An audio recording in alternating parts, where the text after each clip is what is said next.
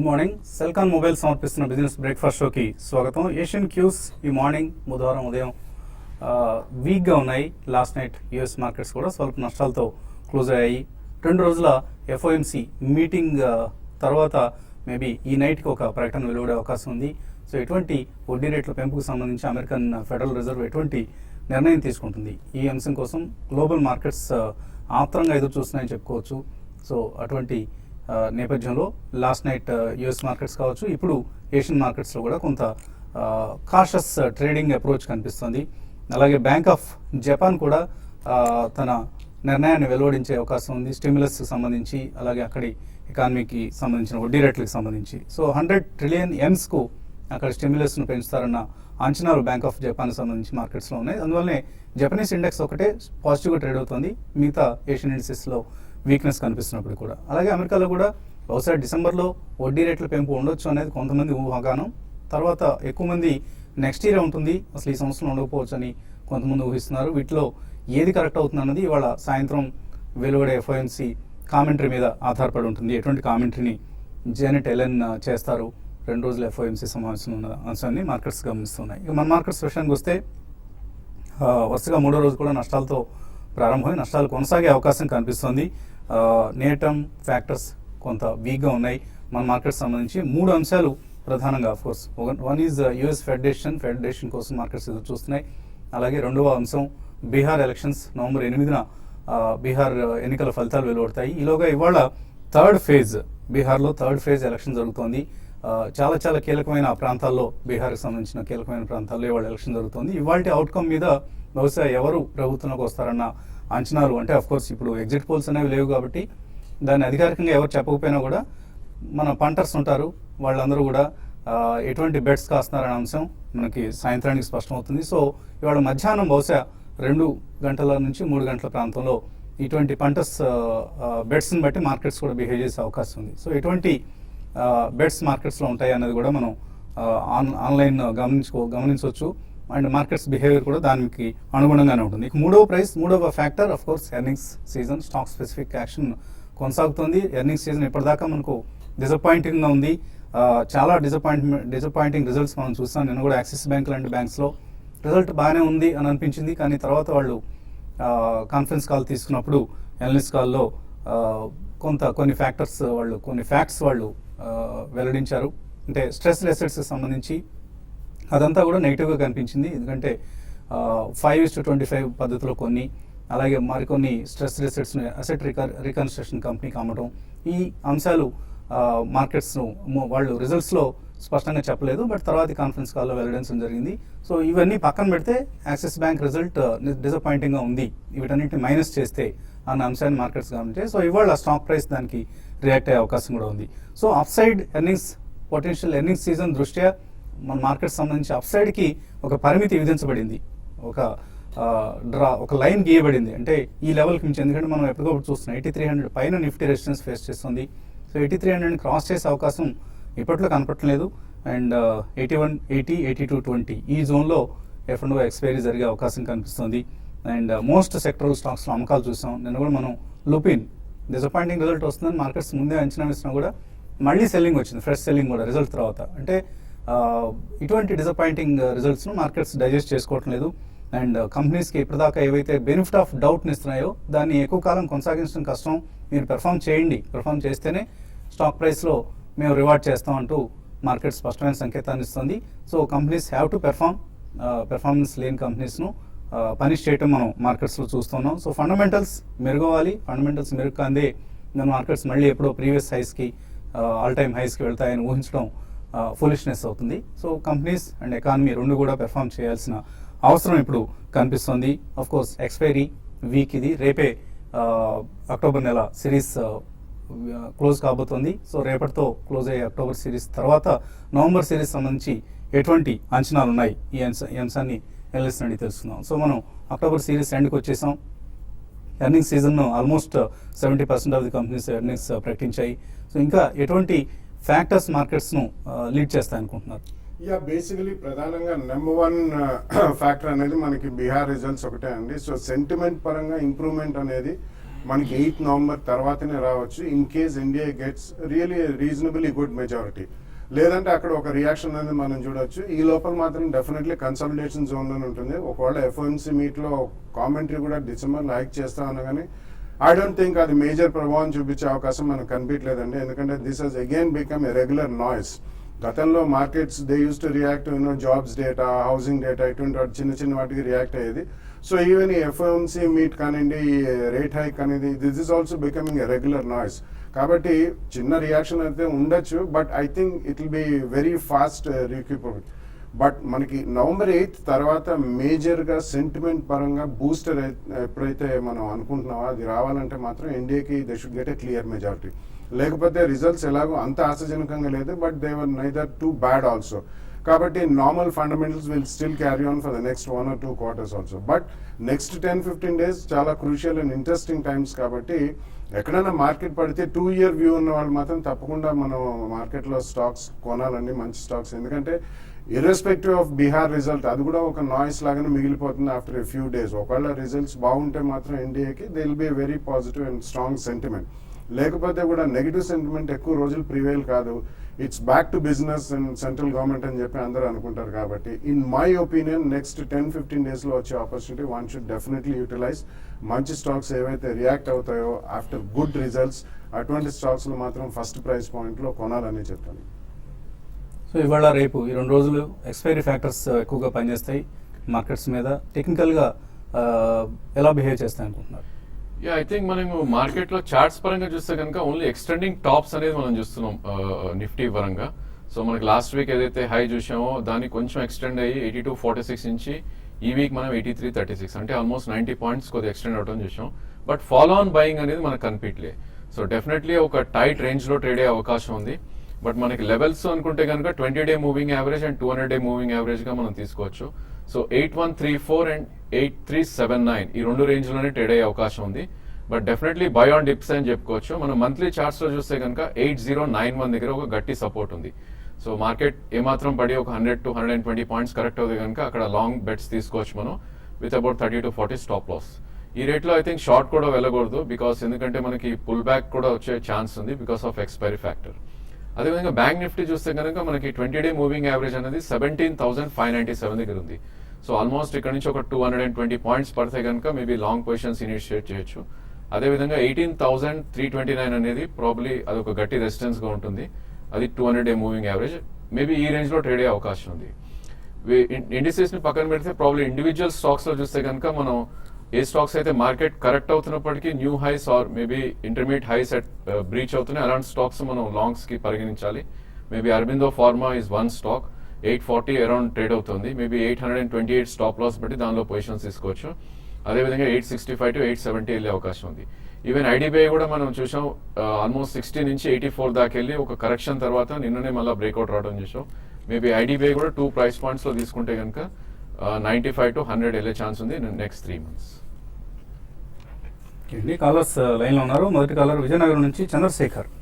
Hello sir, ఇది విజయవాడ మాట్లాడుతున్నాను. నమస్తే అండి. నమస్తే. సార్, ఐసిఐసిఐ బ్యాంక్ నేను 360 రూపీస్ లో హోల్డ్ చేస్తున్నాను సార్. అదే లాంగ్ టర్మ్ వ్యూతో తీసుకున్నాను. కాకపోతే అది బాగా డౌన్ అయింది. అంటే ఈ బ్యాంక్ నుంచి వేరే బ్యాంక్ అంటే కోటక్ మహీంద్రా బ్యాంక్ అని ఎస్ బ్యాంక్ అని ఏమైనా షిఫ్ట్ అవ్వడానికి షిఫ్ట్ అయితే బాగానే ఉంటుందా దాని గురించి అండి?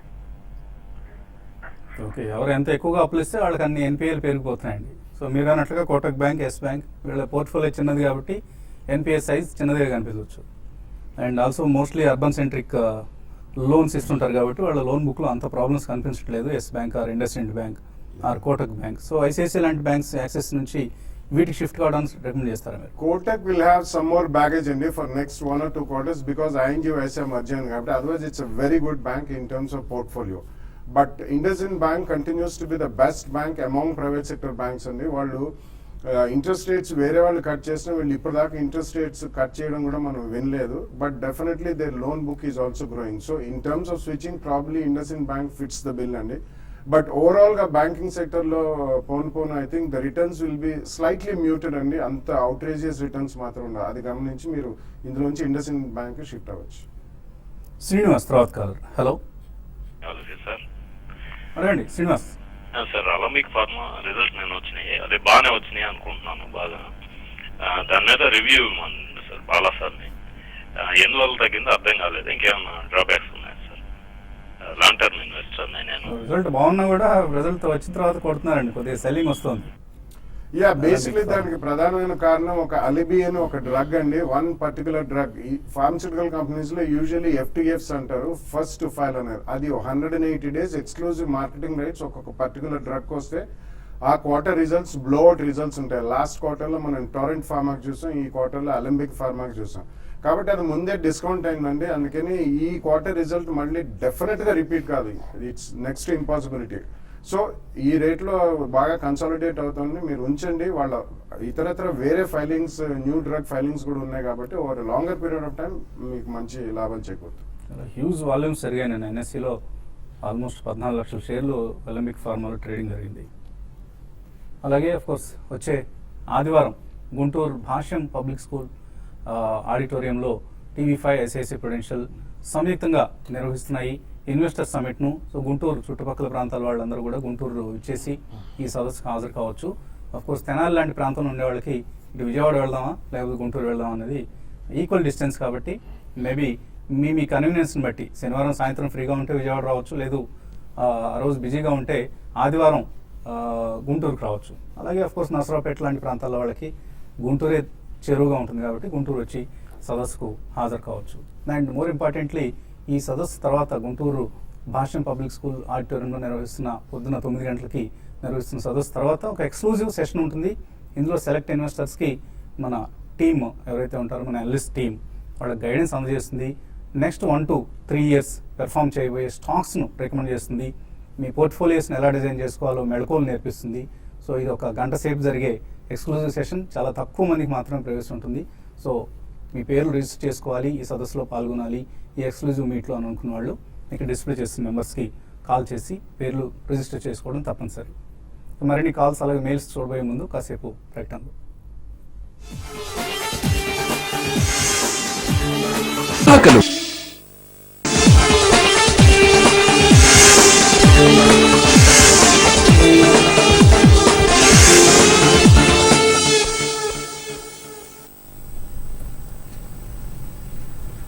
సెల్కాన్ మొబైల్ సమర్పిస్తున్న బిజినెస్ బ్రేక్ఫాస్ట్ షోకి తిరిగి స్వాగతం. తర్వాత కాలర్ లైన్లో ఉన్నారు విశాఖపట్నం నుంచి రాజు.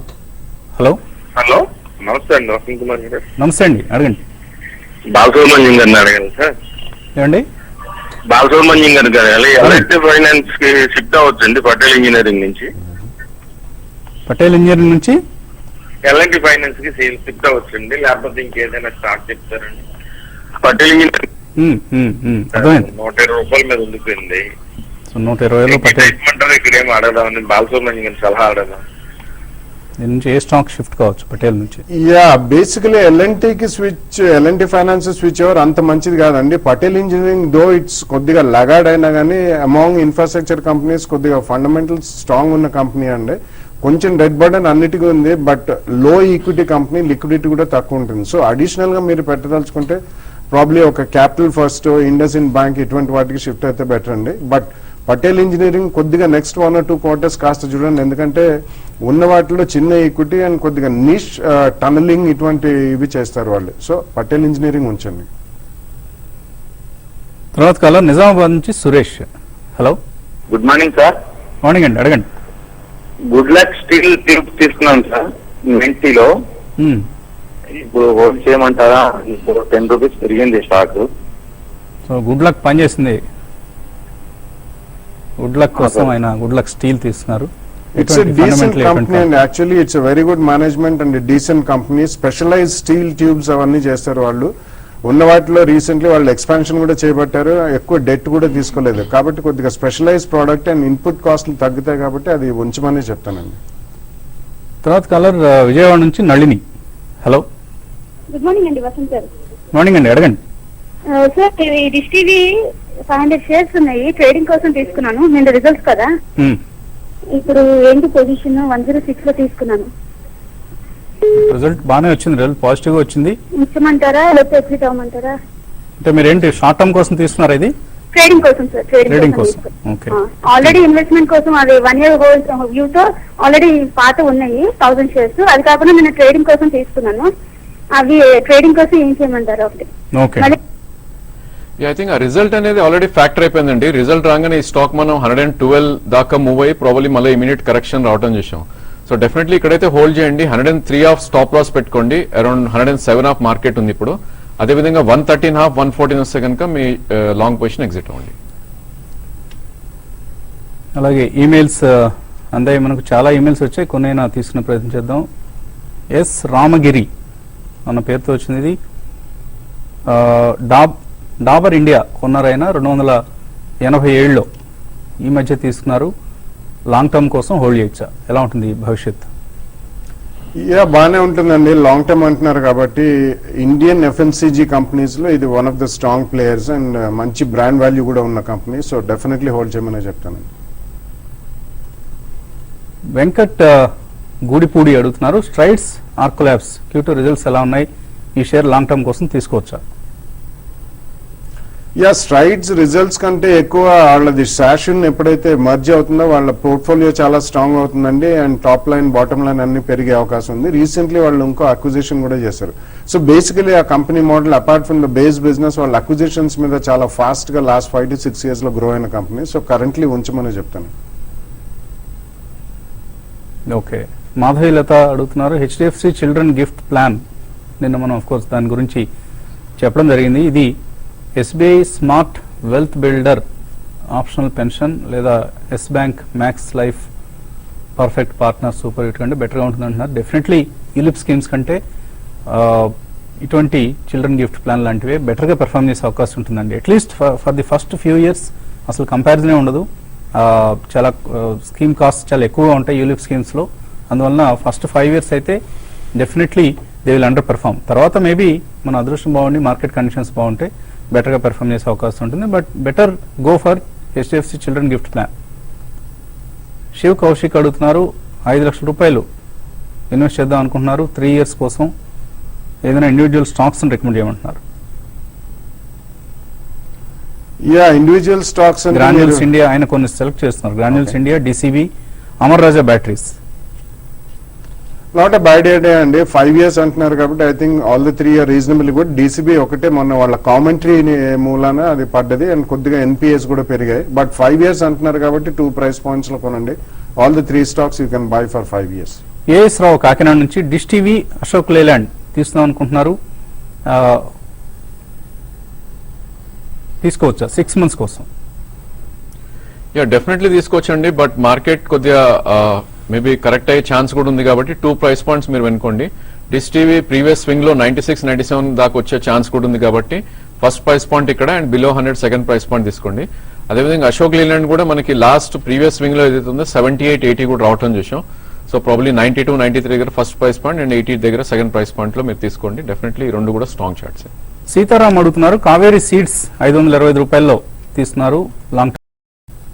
లాంగ్ టర్మ్ అంటున్నారు కాబట్టి హోల్డ్ చేయండి. ప్రాబ్లీ అది 450 425 450 zone I think that's become the bottom. కానీ కొన్ని ఇష్యూస్ ఉన్నాయండి in terms of provisioning for royalties ఇటువంటివన్నీ. సో మేనేజ్మెంట్ క్లారిటీ అంతగా లేదు. ఎక్కడన్నా స్పర్ట్స్ వస్తే మాత్రం డెఫినెట్లీ ప్రాఫిట్ బుక్ చేయండి, తర్వాత మళ్ళీ లోలో కొనుక్కోవచ్చు.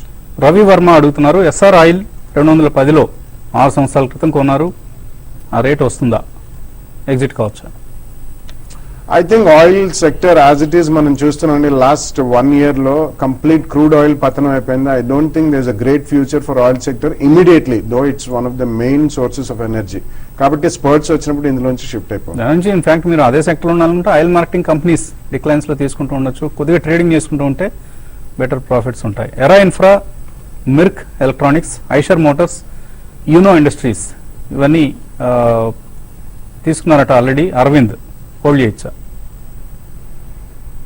I think Mirc electronics Era మాత్రం డెఫినెట్లీ ప్రాఫిట్ లో ఉంటే బుక్ చేయాలండి. I don't think they are fundamentally so strong companies. But Eicher motors definitely over the next 2-3 years మంచి స్టాక్ అవుతుంది కాబట్టి కరెంట్లీ హోల్డ్ చేయండి. ఎంబి ఇండస్ట్రీస్, ఎస్టర్ ఇండస్ట్రీస్ ఈ రెండు ఫండమెంటల్ ఎలా ఉంటాయి? రామ్మోహన్ అడుగుతున్నారు, కొనుక్కోవచ్చా లాంగ్ టర్మ్ కోసం? No, I don't track those companies. Venkat అడుగుతున్నారు, Surya Roshni and Sudarshan chemicals, Nitin spinners ఈ మూడు ఫండమెంటలీ టెక్నికల్ ఎలా ఉంటాయి మీడియం టర్మ్ కోసం? యా, నితిన్ స్పిన్నర్స్ రీసెంట్లీ చాలా స్ట్రాంగ్ ప్రైస్ యాక్షన్ చూస్తుంది. సూర్య రోషిని ఇవన్నీ కూడా ఎల్ఈడి లైటింగ్ లో చాలా స్ట్రాంగ్ ప్రైస్ ఉంది. But it's getting intensely competitive. కాబట్టి మీరు కొన్న దే డీసెంట్ కంపెనీస్ అండి, టర్న్ అరౌండ్ కంపెనీస్. సో ఎక్కడన్నా 15-20% ప్రాఫిట్స్ వస్తే మాత్రం బుక్ చేయండి.